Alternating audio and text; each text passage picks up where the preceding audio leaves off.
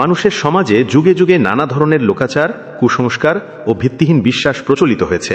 বিশেষ করে কোনো বিপদ আপদ, অশুভ ঘটনা বা ব্যক্তিগত ভুলের পর অনেকেই এমন কিছু কাজ করে থাকেন যেগুলোর সঙ্গে ইসলামের কোনো সম্পর্ক নেই।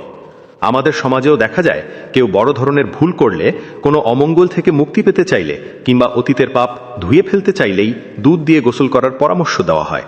অনেকে এটিকে সৌভাগ্য ফিরে পাওয়ার উপায় বা অশুভ প্রভাব দূর করার মাধ্যম বলেও মনে করেন। কিন্তু প্রশ্ন হলো, এ ধরনের বিশ্বাস ও আমলের কোনো সরই আছে কি? ইসলামের দৃষ্টিতে দুধ দিয়ে গোসল করা কি বৈধ? দুধ আল্লাহ তাআলার বড় নেয়ামত। এটি পানীয় ও খাদ্য হিসেবে ব্যবহারের জন্য আল্লাহ মানুষকে দিয়েছেন। দুধ দিয়ে গোসল করলে দুধ নষ্ট হয়, তখন সেটি আর মানুষের খাদ্য হিসেবে ব্যবহৃত হয় না। ফলে এটি অপচয়ের অন্তর্ভুক্ত হয়ে যায়। আর ইসলাম অপচয়কে কঠোরভাবে নিষিদ্ধ করেছে।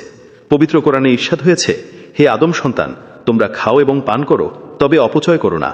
নিশ্চয়ই আল্লাহ অপচয়কারীদের ভালোবাসেন না। সূরা আরাফ কোরআনে আরও আছে, নিশ্চয়ই যারা অপচয় করে তারা শয়তানের ভাই এবং শয়তান তার রবের প্রতি অতিশয় অকৃতজ্ঞ।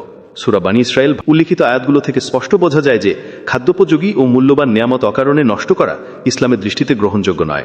দুধ দিয়ে গোসল করার ফলে দুধের যথাযথ ব্যবহার হয় না, বরং তা অপচয়ের শামিল হয়। তাই এটি পরিত্যাজ্য ও গুনাহের কাজ। এছাড়া দুধ দিয়ে গোসল করলে অতীতের ভুল, গুনাহ বা কোনো অশুভ প্রভাব দূর হয়ে যায়, এরকম বিশ্বাস করাও শরীয়ত বিরোধী কাজ। এতে আকীদায় সমস্যা হয়।